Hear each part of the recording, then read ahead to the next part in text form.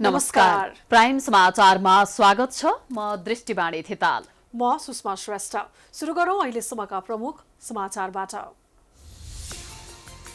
Corona परीक्षण र उपचार आफ्नै खर्चले गर्नुपर्ने सरकारको निर्णयमा चौतर्फी आलोचना। संविधान र अदालतको फैसला विपरीत निर्णय नभएको स्वास्थ्य मन्त्रीको दावी। एकै दिन 3093 जनामा कोरोना संक्रमण पुष्टि। कुल संक्रमितको संख्या 1,39,129 पुग्यो। मृत्यु हुनेको संख्या 765। नेकपा कर्णाली प्रदेशको विवाद कायमै। अध्यक्ष दोय र दाहालले निकाले छुट्टा छुट्टै विज्ञप्ति। 4 बुँदे सहमति भएको हल्ला मात्रै।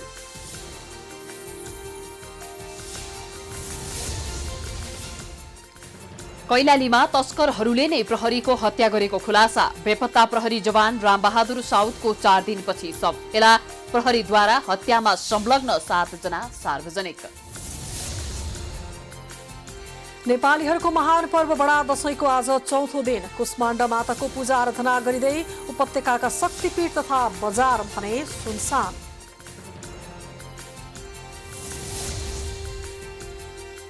अमेरिकी राष्ट्रपति ट्रम्पद्वारा लकडाउन गरेर नागरिकलाई डिप्रेसन हुन नदिने स्पष्ट। जो बाइडेन लकडाउनको पक्षमा रहेको आरोप।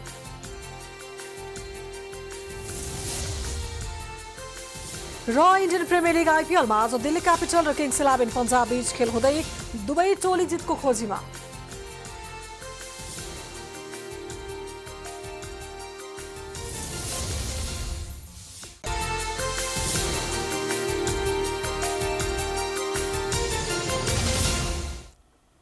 अब समाचार विस्तारमा। सरकारले संविधानको मौलिक हक उल्लङ्घन हुने गरी कोरोना परीक्षण र उपचार खर्च नबेहोर्ने निर्णय गरेपछि सर्वत्र विरोध भइरहेको छ। सो निर्णयमा टेकेर निजी अस्पतालले एक साताको डिपोजिट गर्नुपर्ने सूचना मात्रै सार्वजनिक गरेका छैनन्। सरकारी अस्पतालले समेत उपचाररत बिरामीलाई पैसा माग्न सूचना नै जारी गरेका छन्। भाग 3 मा मौलिक हक र कर्तव्य अन्तर्गत धारा 35 को स्वास्थ्य सम्बन्धी हकमा लेखिएको छ प्रत्येक नागरिकलाई राज्यबाट आधारभूत स्वास्थ्य सेवा निशुल्क प्राप्त गर्न हक हुनेछ र कसैलाई पनि आकस्मिक स्वास्थ्य सेवाबाट वञ्चित गरिने छैन। सरकारले भने संविधानको मौलिक हक उल्लङ्घन गरी कोरोना परीक्षण र उपचार खर्च नबेहोर्ने निर्णय गरेपछि त्यसको चौतर्फी विरोध भइरहेको छ। सोही निर्णयको आधारमा निजी अस्पतालले मात्र होइन सरकारी अस्पतालले समेत उपचाररत बिरामीलाई पैसा बुझाउन सूचना दिन थालेका छन्। सूचना नै सार्वजनिक गरेर स्पष्ट पारेको अस्पतालले यस विषयमा बुझ्न खोज्दा भने प्रतिक्रिया दिन पछि हट्ने गरेका छन्।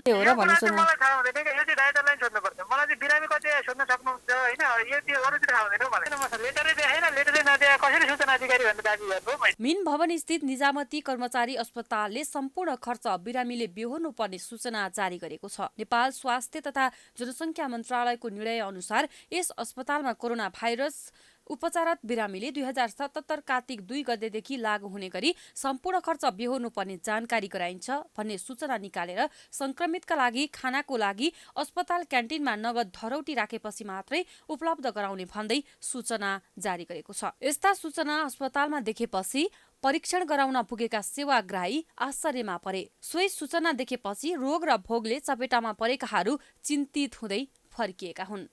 हामीले दुःख अब 8-9 महिना भइसक्यो। यत्रो कालले हामी बस्न पनि गाह्रो भइरहेछ, खाना कोठा भाडा तिर्न पनि गाह्रो भइरहेछ। यो अवस्थामा हामी कोभिड-19 हामीलाई अचानक बाइचान्स लागेछ भने हामीलाई उपचार गर्न सम्भव पनि छैन होइन। सरकारले हेर्दैन भयो भने हामीलाई गाह्रो हुने हो। त्यही भएर जहाँसम्म लाग्छ मलाई सरकार गल्ती नै गर्यो होइन। सरकारले नै गर्नुपर्ने हुन्छ। सरकारी अस्पतालले गर्दा उनीहरूको सरकारबाटै आएको हुन्छ पैसा होइन। त्यो जहाँसम्म त्यस्तो गर्नु भनेको गलत नै हो। आइतबार स्वास्थ्य तथा जनसङ्ख्या मन्त्रालयले गरेको निर्णयलाई विभिन्न तबकाबाट विरोध भइरहेको छ। आधारभूत स्वास्थ्यसँग जोडिएको र संविधानले प्रत्याभूत गरेको विषयमा समेत सरकारबाट हस्तक्षेप भएको छ। कोरोना महामारी नियन्त्रणमा असफल देखिएको सरकार विभिन्न विवादास्पद निर्णयमा मुछिरहेको छ। मन्त्री परिषदको असोज 19 गते बसेको बैठकको कोरोना भाइरसको परीक्षण एवं उपचार सम्बन्धमा व्यक्ति स्वयंले खर्च गर्नुपर्छ भन्ने निर्णय भएको थियो। यसअघि निशुल्क रूपमा कोरोना परीक्षण हुने गरेको टेकु स्थित शुक्रराज ट्रपिकल तथा सरुवा रोग अस्पतालले पनि लक्षण नदेखिएका र स्वेच्छाले परीक्षण गराउन चाहनेलाई 2000 रुपियाँ लिएर परीक्षण गर्ने गरेको छ। सरकारले गरिब विपन्न तथा असहायलाई कोरोना भाइरस परीक्षण र संक्रमित भए उपचार निशुल्क गर्ने निर्णय गर्यो। तर को गरिब विपन्न र असहाय भन्ने सरकारी संयन्त्रसँग कुनै तथ्याङ्क र मापदण्ड नै छैन। गरिब विपन्नको पहिचान गर्ने वैज्ञानिक मापदण्ड र परिचय पत्र समेत नहुँदा सरकारी यो निर्णय उही पहुँचवाला र हुने खालेले पाउनेमा दुई मत छैन। 18.7% जनसङ्ख्या गरिबीको रेखामुनि भएको तथ्याङ्क कार्तिक 1 गते प्रधानमन्त्री केपी शर्मा ओलीले सार्वजनिक गरे। कार्तिक 2 गते स्वास्थ्य तथा जनसङ्ख्या मन्त्रालयले कोरोना परीक्षण र उपचार गरिब विपन्न तथा असहायले मात्रै निशुल्क पाउने निर्णय गर्यो। यो निर्णयलाई लिएर यति बेला सरकारको तीव्र आलोचना भइरहेको छ।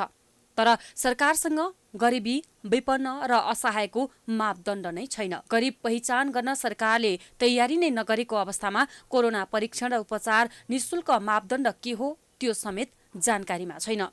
साँझ र बिहानको छाक टार्न समेत धौधौ भएका जनतालाई सरकारले उपचार आफै गर्नुपर्छ भन्दा सरकारमाथि नै प्रश्न उठेको छ।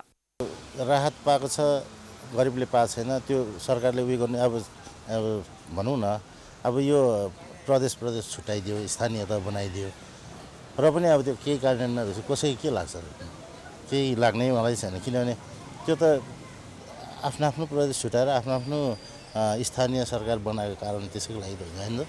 तर खै त अब अनि देख्दाखेरि चाहिँ तपाईँको कतिपय यो एकदम निम्नवर्गीय जुन रत्न पार्कतिर घुमिरहेका छन्, जस्तै चाहिँ कुल्ली काम गर्ने भए, मजदुरहरू भए, घरमा रेन्ट तिर्न नसकेर बसेका मान्छेहरूलाई चाहिँ तपाईँको समाजसेवा गर्ने भावनाले बरु व्यक्तिले चाहिँ खुवाइरहेको छ।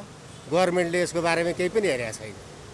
सरकारले गरिब घरधुरी पहिचान तथा परिचय पत्र वितरण कार्यक्रम पनि पूर्ण हुन सकेको छैन। 2070 सालमा गरिब घरधुरी पहिचान तथा परिचय पत्र वितरण बोर्डले 26 जिल्लामा घरधुरी सर्वेक्षण गरी 3,91,831 घरधुरीलाई गरिब परिचय पत्र वितरण गर्न सिफारिस गरेको थियो। सिफारिस सूचीमा गैर गरिब पनि परेको गुनासो आएपछि यो कार्यक्रम रोकियो। पहिलो चरणको सर्वेक्षणमा सिफारिस अनुसार 2074 देखि गरिब परिचय पत्र वितरण सुरु गरिएकोमा हालसम्म सीमित जिल्लामा मात्रै यसको काम भएको छ। गत आर्थिक वर्षमा थप 23 जिल्लामा भूमि व्यवस्था, सहकारी तथा गरिबी निवारण मन्त्रालयको नेतृत्वमा सर्वेक्षण गरिएको थियो। अहिलेको अवस्थामा गरिब पहिचानका लागि 18 वटा विभिन्न बुदामा काम भइरहेको छ। हाम्रो यो गरिब घर परिवार पहिचान, यसको लागि सर्वेक्षण र यसपछि चाहिँ पहिचान भइसकेपछि परिचय पत्र वितरण गर्ने कार्यक्रमहरू सञ्चालन भएको छ 23 जिल्लामा।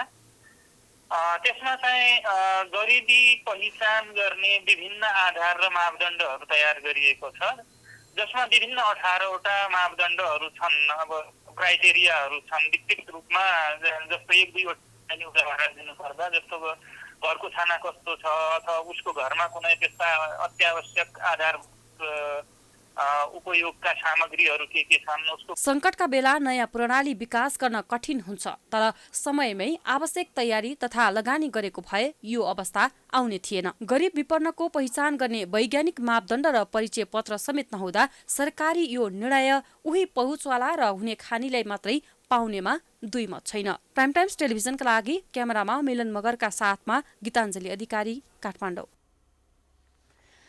राष्ट्रिय मानवाधिकार आयोगले कोरोनाको जटिल परिस्थितिमा संक्रमित बिरामीको निशुल्क स्वास्थ्य उपचारको व्यवस्था गर्न सरकारलाई आग्रह गरेको छ।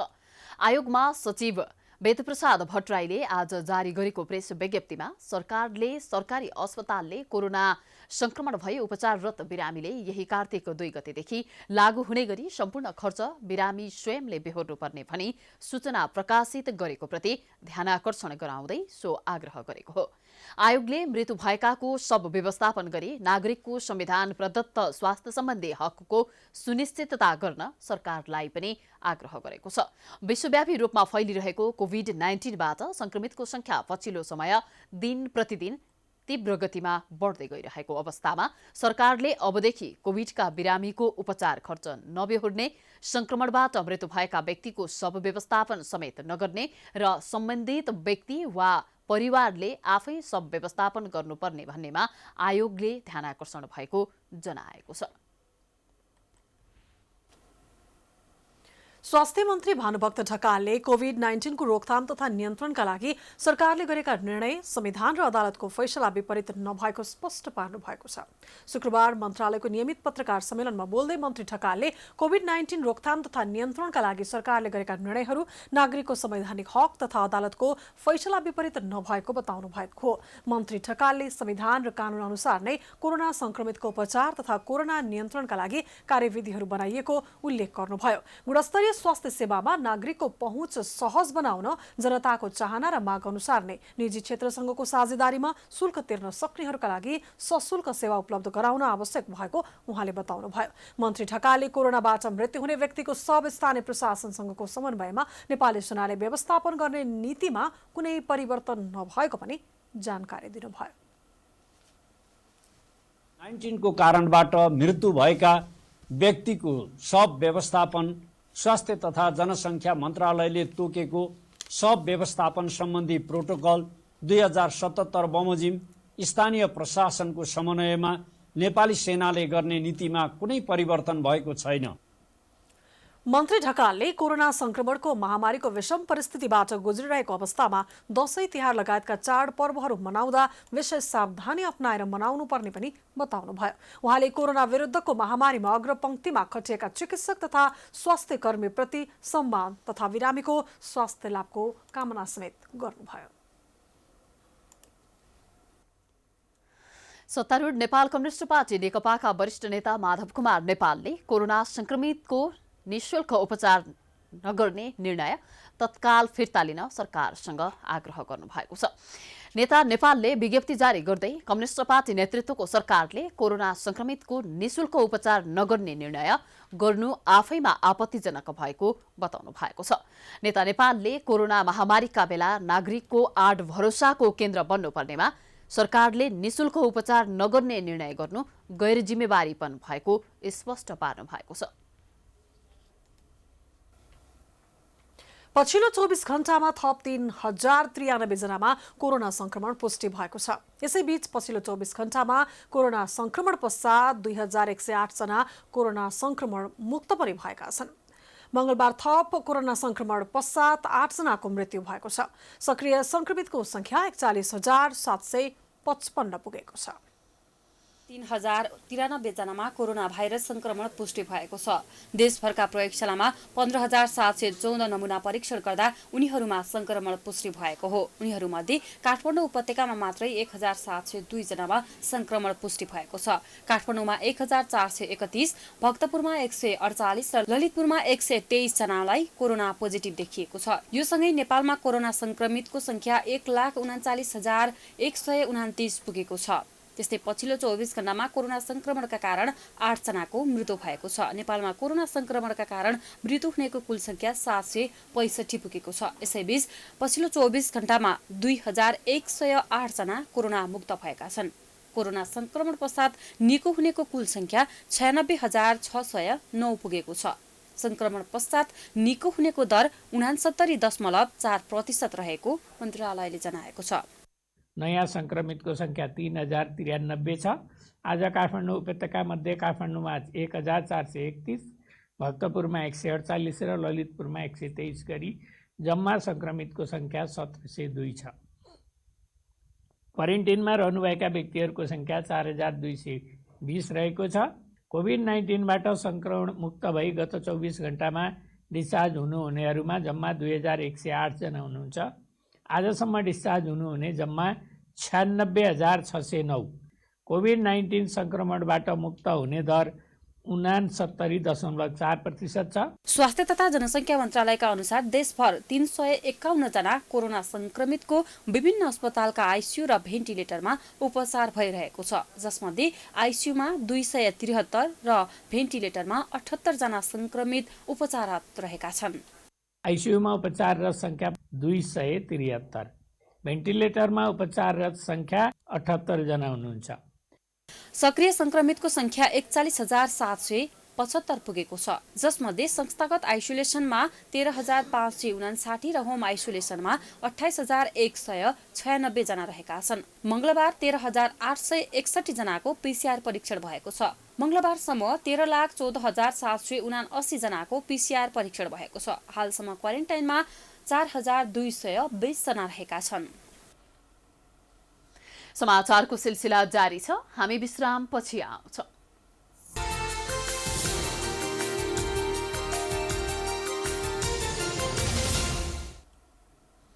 विश्रामपछि स्वागत छ। अब बाँकी समाचार।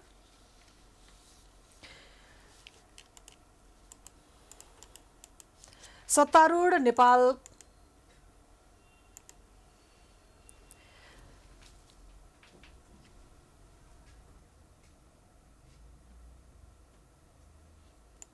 नेपाल कम्युनिस्ट पार्टी नेकपाको कर्णाली प्रदेश कमिटी विवादको विषयले केन्द्रमा समेत असहमति देखिएको छ।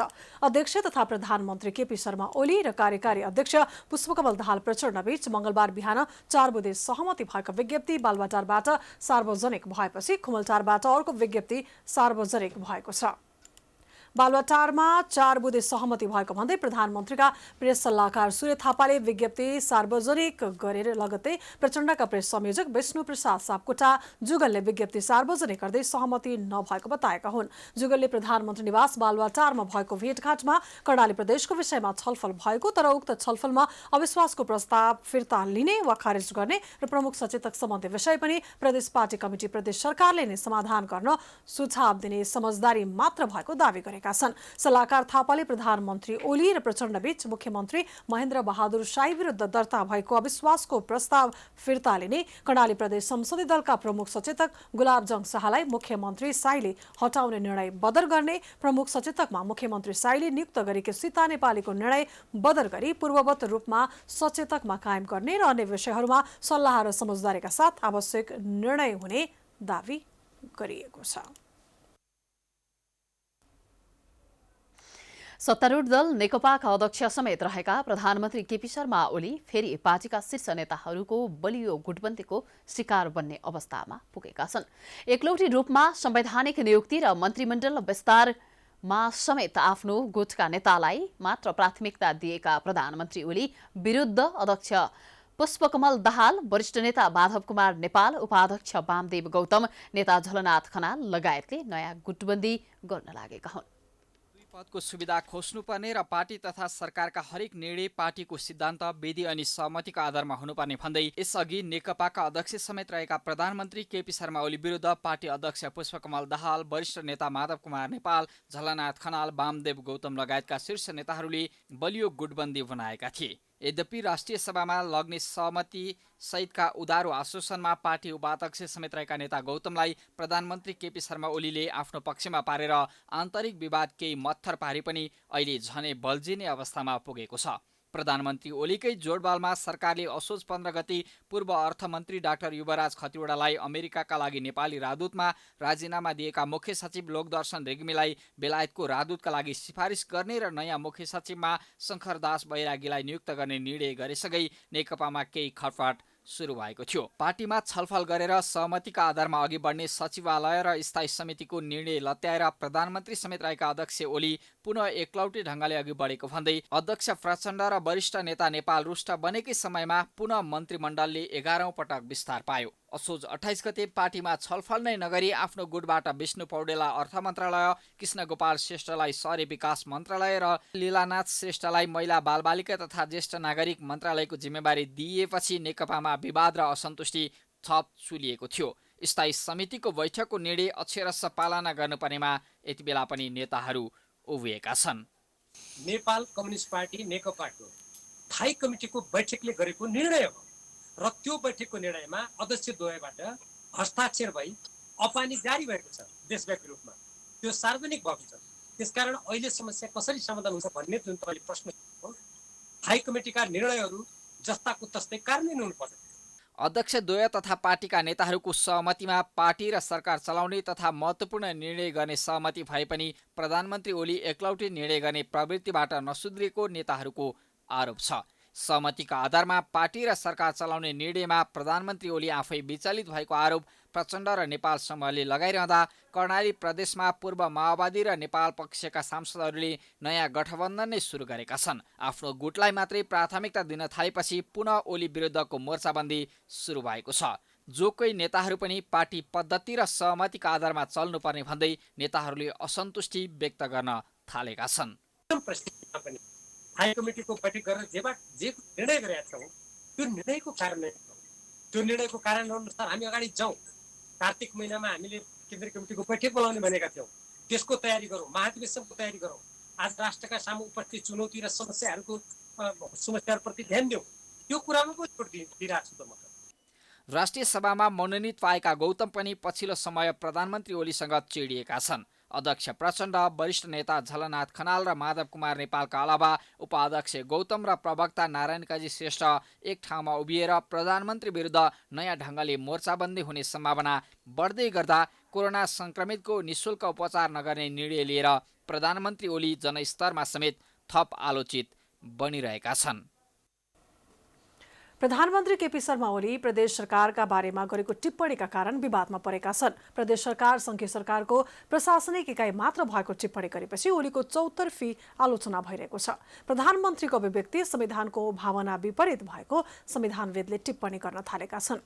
प्रदेश सरकारलाई कमजोर बनाई संघीय सरकार मातहत ल्याउने प्रधानमन्त्रीको चाहना रहेको उनीहरूको बुझाइ छ। सत्तारूढ दल नेकपाभित्र कर्णाली प्रदेश सरकारका बारेमा देखिएको विवादका सन्दर्भमा बालुवाटारमा प्रधानमन्त्री ओलीले प्रदेश सरकार सङ्घको प्रशासनिक एकाइ रहेको बताएका थिए।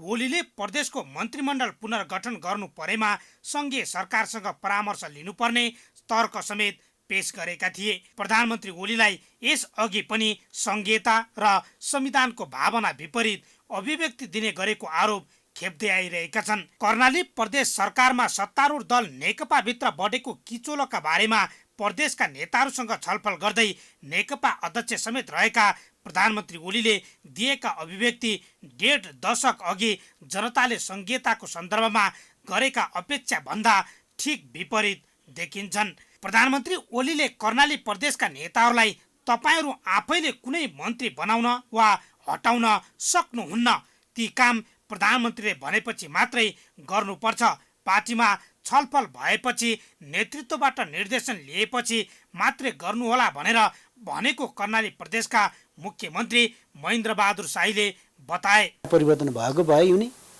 अनि देशमा तपाईँको राजनीतिक अस्थिरता कायम हुने र देश फेरि पनि नबन्ने खतरा देखिसकेपछि जनताले यो प्रकारको जनमत दिएका हुन्। त्यसो भए हुनाले हामीले पनि भन्यौँ अस्थिरताको विपक्षमा स्थिरताको पक्षमा जनताको जनादेश चाहिँ हो। त्यसो भए हुनाले सरकार परिवर्तनको कुरा चाहिँ हामीले गर्नु हुँदैन। नेपालको संविधान 2072 को धारा 232 को उपधारा 1 मा संघीय तथा प्रदेश सरकारले सहभागिता, सहअस्तित्व तथा समन्वयका आधारमा आफ्नो अधिकार प्रयोग गर्न पाउँछन् भन्ने स्पष्ट व्यवस्था भएको अवस्थामा प्रधानमन्त्रीको अभिव्यक्ति संविधान विपरीत देखिएको छ। प्रमुख प्रतिपक्ष दल लगायतका प्रतिपक्ष दलहरूले समेत प्रधानमन्त्री ओलीको अभिव्यक्तिप्रति विरोध जनाउँदै प्रधानमन्त्रीले चाहँदैमा मुलुकमा संघीयता र गणतन्त्र समाप्त नहुने बताएका छन्। प्रधानमन्त्रीको अभिव्यक्ति संघीयताको मर्म र संविधानको भावना विरोधी भएको धारणा संविधानविदको रहेको छ। उहाँ त एउटा चाहिँ हामीले यो सारा जनताले ट्रस्ट गरेको मान्छे, विश्वास गरेको मान्छे हो। उहाँले यो संविधानको रक्षा गर्नुहोला, यो संविधानकोलाई लागू गराउनु होला भनेर त्यो पदमा राखेको हो नि त उहाँलाई। अब उहाँले चाहिँ यस्ता खालका अन्ठसन्ठ कुरा गर्नुहुन्छ भनेदेखि अब उहाँको दिमागमा के छ, अब उहाँ चाहिँ यो शासन गर्नको लागि योग्य मान्छे हो कि होइन, उहाँ चाहिँ यो कार्यकारी प्रमुख हुँदा, प्रधानमन्त्री हुँदा देश र जनता अनि संविधान सुरक्षित छ कि छैन भन्ने प्रश्न उठ्यो। होइन भने यस्तो गैरजिम्मेवार अभिव्यक्ति दिने मान्छेहरूको उहाँप्रतिको नैतिक सङ्कट चाहिँ गहिरेर जान्छ। प्रधानमन्त्रीको अभिव्यक्तिले संघीयता माथि नै खतराको बादल मडारिएको हो कि भन्ने आशंका पैदा भएको छ। नेपालमा एकीकृत शासन व्यवस्था उपयुक्त छ, देशले प्रदेशहरू थेक्न सक्दैन भन्ने आशय प्रधानमन्त्रीको हो कि भन्ने संविधानविदहरू बताउँछन्। यसले प्रधानमन्त्री ओलीमा संघीयताप्रति कुनै रुचि नभएको स्पष्ट देखिन्छ। प्रधानमन्त्रीले दिएको अभिव्यक्तिले त संघीयता मात्रै नभई राज्यको सम्पूर्ण अधिकार चलाउन प्रधानमन्त्री बाहेक अरू कोही पनि छैन भन्ने झल्को दिएको छ। कैलालीको अस्थायी प्रहरी बेट जुगेडाका इन्चार्ज प्रहरी सहायक निरीक्षक गोविन्द बेक र जवान रामबहादुर साउदको हत्यामा संलग्न 7 जनालाई प्रहरीले सार्वजनिक गरेको छ। जिल्ला प्रहरी कार्यालय कैलालीले घटनामा संलग्न भएको पुष्टि भएको भन्दै धनगढी 10 का 31 वर्षीय रोहित राणा, 20 वर्षीय गजेन्द्र राणा, 30 वर्षीय सुरेश राणा, 25 वर्षीय राजकुमार राणा, 22 वर्षीय रामनिवास राणा, 29 वर्षीय दलराम राणा र 25 वर्षीय रामगोपाल राणालाई सार्वजनिक गरेको हो। मटर तरकारी रोक्न खोज्दा प्रहरी सहायक निरीक्षक गोविन्द बेक र जवान रामबहादुर साउदको हत्या भएको अनुसन्धानबाट खुलेको छ। घटनामा संलग्न भएको आशंकामा पक्राउ परेका 7 जनाले बेक र साउदको हत्या गरेको स्वीकार्दै तस्करीमा अवरोध गरेकै कारण घटना भएको बताएका छन्। प्रहरीले घटनामा संलग्न भएको आशंकामा 13 जनालाई पक्राउ गरी अनुसन्धान गरेको थियो, जसमध्ये 6 जनाको संलग्नता नभएको देखिएको छ। शनिबार राति 5284 नम्बरको मोटरसाइकलमा गस्तीका लागि गएका बेला असै बेक र जवान साउद तस्कर समूहको निशानामा परेका थिए। बेकको शव आइतबार मोहना नदीमा भेटिएको थियो भने साउदको 4 दिनपछि आज मंगलबार बेकको शव भेटिएको स्थानबाट 200 मिटर उत्तर पूर्वतर्फ भेटिएको थियो। 11 जना समाजवादी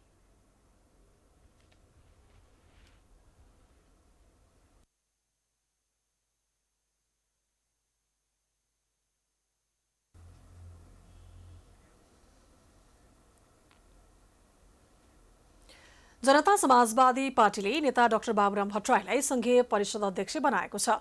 जनता समाजवादी पार्टी नेपालको केन्द्रीय कार्यकारिणी समितिको बैठकले पार्टीको संघीय परिषद अध्यक्षमा पार्टी नेता डाक्टर भट्टराईलाई चयन गरेको हो। तत्कालीन संघीय समाजवादी पार्टी र राष्ट्रिय जनता पार्टी एकीकरण भएर जसपा बनेको थियो। संघीय समाजवादी पार्टीमा पनि उनी संघीय परिषदको अध्यक्ष थिए। पार्टी एकीकरण गर्दा दुई पार्टीका अध्यक्ष महन्त ठाकुर र उपेन्द्र यादवलाई कार्यकारी अध्यक्ष बनाइएको थियो। सुरुमा तेस्रो वरियतामा रहे पनि निर्वाचन आयोगमा दल दर्ताको समयमा भट्टराईको नाम 5औं नम्बरमा पुर्याइएको थियो। बैठकले विधान संशोधन गरी केन्द्रीय समितिको आकार समेत बढाएको छ। यसअघि केन्द्रीय समितिको संख्या 701 रहेकोमा जसपाले विधान संशोधन गरेर 801 सदस्य बनाएको हो। मंगलबार बसेको कार्यकारिणी समितिको बैठकले विधान संशोधन प्रस्ताव सर्वसम्मतिले पारित गरेको हो। बैशाखमा तत्कालीन समाजवादी पार्टी र राष्ट्रिय जनता पार्टी नेपाल बीच एकीकरण भई जसपा नेपाल बनेको थियो। दुवै पार्टीलाई समायोजन गर्नका लागि आफ्नो तर्फबाट केन्द्रीय सदस्यको नामावली दिँदा आवश्यकता भन्दा बढी नाम आएकाले केन्द्रीय समितिको संख्या बढाउन विधान संशोधन प्रस्ताव बैठकमा पेश भएको थियो। त्यस्तै अनुशासन सम्बन्धी प्रावधानमा पनि संशोधन भएको छ। अनुशासन उल्लङ्घन भएमा त्यसबारेमा संगठन विभागले पनि अनुसन्धान गर्ने प्रावधान विधानमा थपिएको छ। त्यस्तै जसपा नेपालले संसद सचिवालयबाट दिएको दशैं भत्ता खारेजको माग गरेको छ। खारेज नगरे जसपा नेपालले त्यो भत्ता नलिई कोभिड-19 कोषलाई दिने निर्णय समेत गरेको छ। त्यसैगरी सरकारले आधारभूत शिक्षालाई खारेज गरेको प्रति पनि जसपाले आपत्ति जनाएको छ। नेपाली कांग्रेसका केन्द्रीय सदस्य एवं पूर्व महामन्त्री प्रकाशमान सिंहले सरकार कोरोना नियन्त्रणमा पूर्ण असफल र गैर जिम्मेवार देखिएको आरोप लगाउनु भएको छ। दिल्ली बजार कालिका स्थान वडा नम्बर 29 का स्थानीय वासीलाई आफ्नै पहलमा मास्क वितरण गर्दै नेता सिंहले सरकार जनतालाई संक्रमणबाट जोगाउन भन्दा पनि थप पीडा दिन उद्यत भएको आरोप लगाउनु भएको हो। कोरोनाको परीक्षण र उपचार आफै गर भन्नु सरकारको नालायकी भएको उहाँको भनाइ छ। सरकारको यो भनौँ न उसको चाहिँ जिम्मेदारीबाट चाहिँ जुन पछि हटेको छ, त्यसले गर्दाखेरि यो सरकारको यो चाहिँ जुन भनौँ न राजनीतिक दृष्टिकोणबाट पनि र वैधानिक दृष्टिकोणबाट पनि र जनतालाई बाचा दिए बमोजिमको काम आफूले चाहिँ गर्न नसकेको कारणले गर्दाखेरि यो सरकार अब यो चाहिँ टोटल्ली यो चाहिँ असफल भइसकेको सरकार छ। सरकारका मन्त्रीहरू भ्रष्टाचार र आफ्नो सुख सुविधामा मात्र केन्द्रित भएकाले यो सरकारमाथि जनताको विश्वास गुमिसकेको उहाँले बताउनु भयो। जनताप्रति अनुत्तरदायी सरकारलाई कुनै पनि हालतमा कुर्सीमा बसिरहने नैतिकता नभएको उहाँको भनाइ छ। देश महामारीमा भएका बेला सरकारले दशैं भत्ता बाँडेर सांसदहरूलाई समेत बदनाम गर्न खोजेको उहाँको भनाइ छ।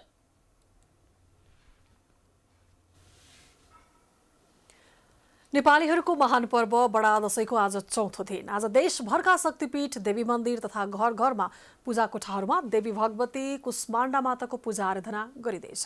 कुष्माण्डा मातालाई शुभ कर्म थालनी वा सृष्टिको प्रतीकको रूपमा पूजा गरिन्छ। आफ्नो उदरमा त्रिविध ताप धारण गरी संसारको सृष्टि गर्न कुष्माण्डा देवीको आविर्भाव भएको ग्रन्थहरूमा उल्लेख गरिएको छ। उष्णता तथा शीतलतालाई समतुल्याई सृजना गर्ने शक्ति कुष्माण्डा देवीमा रहेको बताइएको छ। यी देवी उक्त उष्ण रक्त समूह, मानव, चराचुरुङ्गी तथा शीत रक्त समूह, माछा, सर्प लगायतका सारा प्राणीको सृजना शक्ति भएकी शास्त्रहरूमा उल्लेख छ। यी देवीको बदन वर्ण बैजनी छ भने उनी सिंहमा चढेकी छन्। कुष्माण्डा माताले हातमा रक्तपूर्ण 2वटा घडा लिएकी छिन्। यी 2 घडा नै सृष्टिका आधार वस्तु बताइएको छ। देवी कुष्माण्डाले ब्रह्माण्डको सृष्टि गरी पृथ्वी रचनाका लागि सूर्य भगवानलाई आफ्नो ताप शक्ति दिएर प्रज्वलित बनाएको र अन्य ग्रहको समेत रचना गरी पुरै सौर्यमण्डल सञ्चालन गरेको देवी भागवत लगायतका ग्रन्थहरूमा उल्लेख छ। शक्तिपीठ तथा देवी मन्दिरहरूमा कुविण्डको विधिपूर्वक पूजा गरी बलि समेत चढाउने प्रचलन छ। कोरोना संक्रमणको जोखिमका कारण गत चैत्रदेखि बन्द भएका शक्तिपीठहरू कार्तिक 1 घटस्थापनाको दिनबाट खुल्ने भनिए पनि अधिकांश मन्दिर बन्द नै रहेका छन्। दशैंको चौथो दिन कुष्माण्डा देवीको पूजा गर्न भीड हुने गरेका मन्दिरहरू अहिले सुनसान छन्। उपत्यकामा रहेका मैतीदेवी, गणेश मन्दिर, पशुपतिनाथ लगायतका शक्तिपीठहरू बन्द रहेका छन्। दशैंको चौथो दिन कुष्माण्डा देवीको पूजा गरिन्छ। कुष्माण्डा देवीलाई शुभ कर्म थालनी वा सृष्टिको प्रतीकको रूपमा पूजा गरिन्छ। चौथो दिन कुष्माण्डाको पूजाआजा गर्न आएका भक्तजनहरूलाई कोरोना भाइरसको संक्रमणका कारण मन्दिर प्रवेशमा कडाई गरिएको छ। तर मन्दिर खुला रहे पनि भित्रभन्दा बाहिरैबाट पूजा गर्ने व्यवस्था मन्दिर व्यवस्थापकले गरेको छ। दशैंको बेला विभिन्न देवी देवताहरूको विशेष पूजा हुने भएकोले शक्तिपीठहरू खोल्ने तयारी रहेको, मन्दिर पनि खोल्न नपाएको मन्दिर व्यवस्थापकले बताएका छन्। मैतीदेवी मन्दिर क्षेत्र प्रबन्ध समितिका सचिव राजाराम कपालीले दशैंको बेला विशेष पूजाआजा हुने भएकोले कार्तिक 1 गतेदेखि नै सबै मन्दिर खोल्ने तयारी गरिए पनि प्रहरीले खुला गर्न नदिएको गुनासो गरेका छन्। स्थानीय भक्तजनहरूको आग्रहमा घटस्थापनादेखि भिडभाड नहुने र स्वास्थ्यका लागि सबै मापदण्ड पूरा गरी भक्तजनहरूका लागि खुला गरिएको मन्दिरमा अहिले सामान्य विधि बाहेक अन्य पूजाआजा गर्न ठप्प नै रहेको सचिव कपालीले बताए। हामीले खोल्ने भनेर एक दिन अगाडि सबै बेलुका तयारी गरेको, डोरी लाइन मिलाउने सबै तयारी चाहिँ गरेको, किनभने आधिकारिक जानकारी खोल्ने नखोल्ने भन्ने आएको थिएन। अनि त्यो हिसाबले हामीले चाहिँ अब नवरसमा त खोल्ने नै छ, जहिले पनि खोल्ने हो। अब तयारी गऱ्यौँ। भोलिपल्ट बिहान अलिकति मान्छे भिडभाड भयो, पुलिस आएर बन्द गरिदिनु। के भयो भने गृह मन्त्रालयको चाहिँ निर्णय नै भएको छ बन्द गर्ने भन्ने हिसाब हो। अब त्यो सरकारसँग त हामीले विरोध गरेर भएन, त्यही हिसाबले बन्द गऱ्यौँ। अब यहाँ दर्शन नगरिकन भात नखानेहरूलाई के गर्ने भन्नु त। यता पुजारीहरू गत वर्ष मन्दिरमा पूजा गर्न भ्याइ नभ्याइ हुन्थ्यो, यो वर्ष भने काम नभएर बसिरहेको बताउँछन्। स्वास्थ्य भन्दा ठुलो केही होइन भन्दै अहिले मठ मन्दिर खोल्न नहुने उनीको धारणा छ। दशैंको लागि खोलेर पनि के गर्नु, अब यो कोरोनाले गर्दाखेरि पनि संक्रमित बढै छन् होइन। अनि अब यो खोलेर पनि यसो भिड हुन्छ, यस्तो झन् बढ्ला, त्यो पनि डर छ। अब खोल्न पनि अब नखोले पनि कसरी नखोल्नु होइन, मठ मन्दिर खोल्नै पर्ने थियो, त्यस्तो हुन्छ। अब खोलौँ भने डर छ, नखोलौँ भने अब भक्तजनहरूले पूजा गर्न पाएको छैनन्। भद्रकाली मन्दिरमा भने भक्तजनहरूको चहल पहल अलि बढी नै रहेको छ। अन्य स्थानमा रहेका मन्दिर खोल्ने निर्णय गरिएको भए पनि मठ मन्दिरमा भिड हुने भएकोले सरकारले अहिलेसम्म नित्य पूजा बाहेक सर्वसाधारणका लागि मन्दिर खोल्ने निर्णय गरिसकेको छैन। प्राइम टाइम्स टेलिभिजनका लागि लक्ष्मी विश्वकर्माको रिपोर्ट। शहरी विकास मन्त्री कृष्णगोपाल श्रेष्ठले परिणाम देखिने गरी काम गर्ने प्रतिबद्धता जनाउनु भएको छ। मंगलबार सुलक्षण कृति बिहारले मन्त्री श्रेष्ठको सम्मान र स्वागतमा काठमाडौँमा आयोजना गरेको कार्यक्रममा उहाँले परिणाम देखिने गरी काम गर्ने भन्दै मन्त्रालयका कर्मचारीलाई पनि परिणाम देखिने गरी काम गर्न निर्देशन दिनुभएको हो। उहाँले परिणाममुखी कामका लागि सहयोग र साथ दिन कर्मचारीलाई भनिएको उल्लेख गर्नुभयो। प्रतिबद्धता हो मन्त्रालयमा सारा ब्युरोक्रेटहरूलाई अगाडि राखेर म तपाईहरुका अब लामो भाषण गर्नु उपाय छैन, म काम गर्न चाहन्छु, तपाईहरुले सहयोग गर्नुस्, मलाई परिणाम चाहिन्छ, यही भनिएको छ। आजै तपाईँले दुईवटा कुरा चाहिँ म राख्छु। मन्त्रालयमा गइसकेपछि के पनि सुन्ने काम गर्दा गरी दुईतिर मैले हानिसकेको छु। त्यो भनेको के त भन्दाखेरि यो सरकारले धेरै राम्रो कामको कसैले पनि मतलब त्यहाँ प्रशंसा र टेक्ने गर्दैन। सरकारले कहाँ के कमजोर र नराम्रो गर्छ त्यसको बाधा बनाउँछ। मन्त्री श्रेष्ठले सरकारले धेरै राम्रो काम गरे पनि प्रशंसा हुन नसकेको भन्दै जनताको मन मस्तिष्कलाई जितेर काम गर्ने धारणा पनि राख्नुभयो। उहाँले व्यवस्थित सहरीकरणको अवधारणालाई पनि अघि बढाइने बताउनुभयो।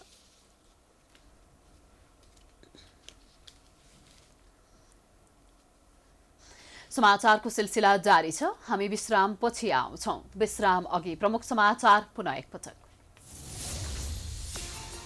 कोरोना परीक्षण र उपचार आफ्नै खर्चले गर्नुपर्ने सरकारको निर्णयमा चौतर्फी आलोचना। संविधान र अदालतको फैसला विपरीत निर्णय नभएको स्वास्थ्य मन्त्रीको दावी।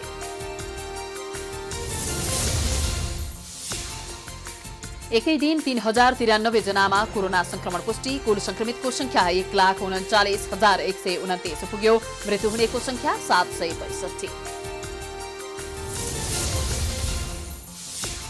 नेकपा कर्णाली प्रदेशको विवाद कायमै। अध्यक्ष द्वय ओली र दाहालले निकाले छुट्टै विज्ञप्ति। 4 बुँदे सहमति भएको हल्ला मात्र।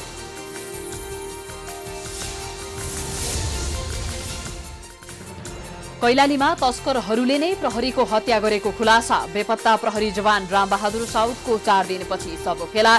प्रहरीद्वारा हत्यामा संलग्न 7 जना सार्वजनिक। नेपालीहरूको महान पर्व बडा दशैंको आज चौथो दिन। कुष्माण्डा माताको पूजा आराधना गरिँदै उपत्यकाका शक्तिपीठ तथा बजार भने सुनसान।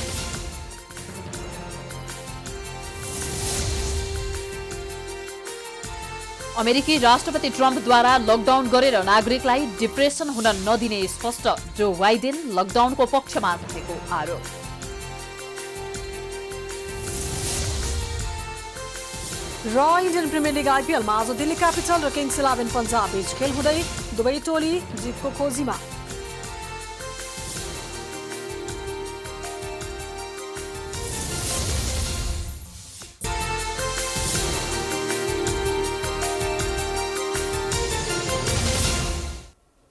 विश्रामपछि स्वागत छ। अब आर्थिक समाचार।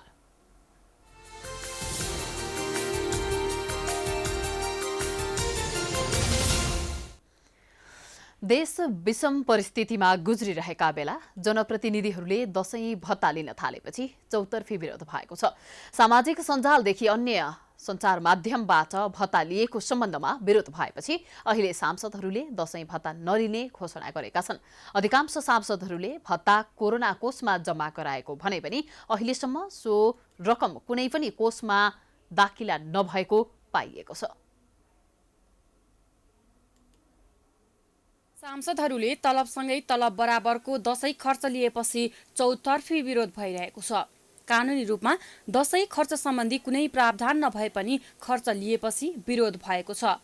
महामारीका कारण देशको अर्थतन्त्र ठूलो संकटमा परिरहेको बेला कानुनमै नभएको दशैं भत्ता लिएर जनताहरूको उपहास गरेको प्रष्ट भएको छ।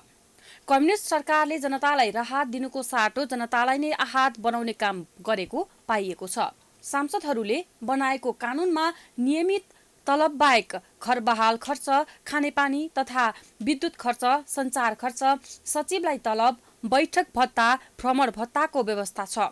तर दशैं खर्च सम्बन्धी कुनै प्रावधान नै नभएको अवस्थामा सांसदहरूले लिएको दशैं भत्ताहरू फिर्ता गरेको घोषणा गरे पनि त्यो खातामा फिर्ता भयो कि भएन त्यसको विवरण सार्वजनिक भने भएको छैन। अधिकांश सांसदहरूले दशैं भत्ताको रूपमा लिएको रकम कोरोना कोषमा जम्मा गर्ने भनिए पनि त्यो अहिलेसम्म जम्मा भएको छैन। प्रतिनिधि सभाको 275 र राष्ट्रिय सभाका 59 सदस्यीय गरी संघीय संसदमा 334 जना सांसदहरूले दशैं भत्ता लिएका छन्। मन्त्री परिषदका 22 सदस्य 4 जना निलम्बित सांसद वामदेव गौतम र नारायण काजी श्रेष्ठ बाहेक 306 सांसदले दशैं भत्ता पुरै 1 महिनाको तलब बुझेका छन्। सांसदहरूलाई प्रत्येक महिनाको तलब बापत मात्रै 64,070 रुपैयाँ लिने गरेका छन्। यसरी सांसदको दशैं पेस्कीमा 1,96,05,420 रुपैयाँ खर्च भएको छ। यो न्यूनतम तलब मात्र हो। यसबाहेक सभामुख, उपसभामुख, राष्ट्रिय सभा अध्यक्ष, उपाध्यक्ष, विपक्षी दलका नेता, प्रमुख सचेतक समितिका सभापतिको पारिश्रमिक अझ बढिरहेको छ। सांसद सचिवालयको स्वकीय सचिवहरूको दशैंका लागि 35,990 रुपियाँका दरले 1,10,48,930 रुपियाँ दशैं पेस्की गएको छ। यसरी सांसद र उनका सचिवहरूको दशैंका लागि राज्य कोषबाट 3,06,54,350 रुपियाँ खर्च भएको पाइएको छ। दशैं भत्ता लिएको सम्बन्धमा विरोध भएपछि अधिकांश सांसदहरूले कोरोना कोषमा भत्ता फिर्ता गरेको भन्दै विज्ञप्ति निकाले पनि त्यो रकम अझैसम्म कोषमा दाखिला भएको छैन। प्राइम टाइम्स टेलिभिजनका लागि अर्थ ब्युरोको रिपोर्ट। अब अन्तर्राष्ट्रिय समाचार।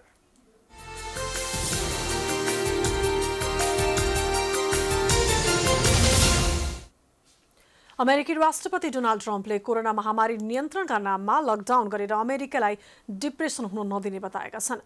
नभाडामा आयोजित चुनावी सभामा राष्ट्रपति ट्रम्पले नोभेम्बर 3 मा हुने चुनावमा आफ्ना डेमोक्रेटिक प्रतिस्पर्धी जो बाइडेनले विज्ञान र विज्ञको कुरा सुनेर लकडाउन चाहिरहेको आरोप लगाए। विज्ञहरूले भने पूर्ण रूपमा वैज्ञानिकको कुरा सुनेर सो अनुसार काम गरेको भए 10,000 अमेरिकीको ज्यान बच्न सक्ने बताउँदै आएका छन्। विज्ञहरूको आलोचना गरेका ट्रम्पका अधिकांश समर्थकले मास्क समेत लगाएका थिएनन्। ट्रम्पले white house corona virus task फोर्सका विज्ञ डाक्टर एन्थोनी फाउचीको आलोचना समेत गरे। फाउची सहितका विज्ञ तथा वैज्ञानिकहरूलाई उनले मूर्खसम्म भनेका छन्। ट्रम्प र डाक्टर फाउची बीच तनावपूर्ण सम्बन्ध रहेको विगतमा पनि सार्वजनिक भएको थियो। कोरोना भाइरसको महामारीका कारण विश्वमै सबैभन्दा बढी प्रभावित भएको अमेरिकामा 84 लाख भन्दा बढी संक्रमित भएका छन्। कोरोनाकै कारण त्यहाँ 2,25,000 को मृत्यु भइसकेको छ। कोरोना भाइरसको महामारी फैलन नदिन स्लोभानियामा देशव्यापी कर्फ्यू घोषणा गरिएको छ। आजदेखि लगाइएको कर्फ्यू रातिको समयमा मात्रै लागू हुनेछ। युरोपेली मुलुक स्लोभानियामा पछिल्लो समय कोरोना भाइरसको महामारी तीव्र गतिमा फैलिएको छ। हरेक बेलुका 9 बजेदेखि बिहान 6 बजेसम्म कर्फ्यू लागू हुने भएको छ। यस्तै 6 जना भन्दा बढी व्यक्ति भेला हुन नपाइने भनिएको छ। त्यसैगरी कतै हिँडुल गर्नु परेमा पर्याप्त र अत्यावश्यक ठहरिने कारण देखाउनु पर्ने व्यवस्था समेत गरिएको छ। स्लोभानियामा आज बिहानसम्म 13,679 जनामा संक्रमण पुष्टि भएको छ। त्यहाँ अहिलेसम्म 190 जनाको मृत्यु भइसकेको छ।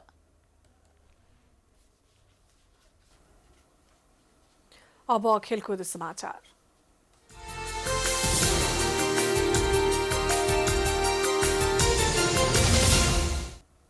13औं संस्करणको इन्डियन प्रिमियर लिग आइपिएल टी20 क्रिकेटमा आज दिल्ली क्यापिटल्स र किङ्स 11 पन्जाब बीच प्रतिस्पर्धा हुँदैछ। नेपाली लेग स्पिनर सन्दीप लामिछाने आवत दिल्ली र पन्जाब आफ्नो 10औं खेलका लागि मैदान उत्रन लागेका हुन्। दिल्ली र पन्जाब बीचको खेल नेपाली समयअनुसार साँझ 7:45 बजे सुरु हुनेछ। दुवै अन्तर्राष्ट्रिय क्रिकेट मैदानमा दिल्ली 8औं जितको खोजीमा हुनेछ। अघिल्ला 9 खेलमा 7 जित सहित 14 अङ्क जोडेर दिल्ली शीर्ष स्थानमा रहेको छ। श्रेयस अय्यरको कप्तानीमा मैदान उत्रने दिल्ली पन्जाबलाई हराएर शीर्ष स्थान यथावत राख्न चाहन्छ। सन्दीपले भने दिल्लीबाट खेल्ने मौका पाएका छैनन्। उता केएल राहुलको कप्तानीमा मैदान उत्रने पन्जाब विरुद्ध जित निकाल्न दिल्लीलाई कठिन भने हुनेछ। दिल्लीलाई हराएर पन्जाब पनि 4औं जितको खोजीमा छ। पन्जाब 9 खेलमा 6 अङ्क जोडेर पुछारबाट दोस्रो स्थानमा रहेको छ। प्लेअफको सम्भावना जीवितै राख्न पन्जाबलाई जित अनिवार्य छ। पन्जाबले राहुलसँगै Mayank Agarwal, Nicholas Pooran, Chris Gayle, Glenn Maxwell जस्ता खेलाडी मैदानमा उतार्नेछ। दिल्लीसँग Prithvi Shaw, Shikhar Dhawan, Shreyas Iyer, Marcus Stoinis, Axar Patel, Kagiso Rabada जस्ता खेलाडी छन्। यो सँगै हामी समाचारको अन्त्यमा आइपुगेका छौं। जाँदा जाँदै प्रमुख समाचार पुनः एकपटक। कोरोना परीक्षण र उपचार आफ्नै खर्चले गर्नुपर्ने सरकारको निर्णयमा चौतर्फी आलोचना। संविधान र अदालतको फैसला विपरीत निर्णय नभएको स्वास्थ्य मन्त्रीको दावी। एकै दिन 3,093 जनामा कोरोना भाइरस संक्रमण पुष्टि। कुल संक्रमितको संख्या 1,39,129 पुग्यो। मृत्यु हुनेको संख्या 762। नेकपा कर्णाली प्रदेशको विवाद कायमै। अध्यक्ष दोयोली र दाहालले निकाले छुट्टा छुट्टै विज्ञप्ति। 4 बुँदे सहमति भएको हल्ला मात्रै।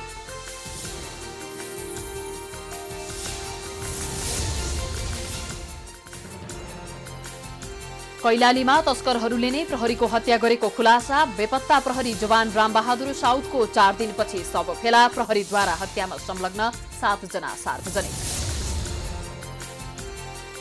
नेपालीहरूको महान पर्व बडा दशैंको आज चौथो दिन कुष्माण्डा माताको पूजा आराधना गरिँदै उपत्यकाका शक्तिपीठ तथा बजार भने सुनसान।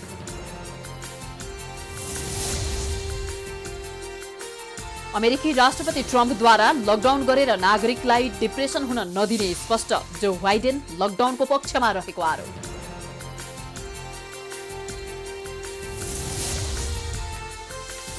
र इन्डियन प्रिमियर लिग आइपिएलमा आज दिल्ली क्यापिटल र किङ्स 11 पन्जाब बीच खेल हुँदै दुवै टोली जितको खोजीमा।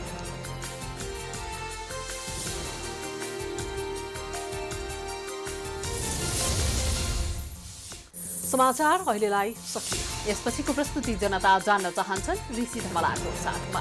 प्राइम टाइम्स टेलिभिजन हेर्दै रहनुहोला। नमस्कार।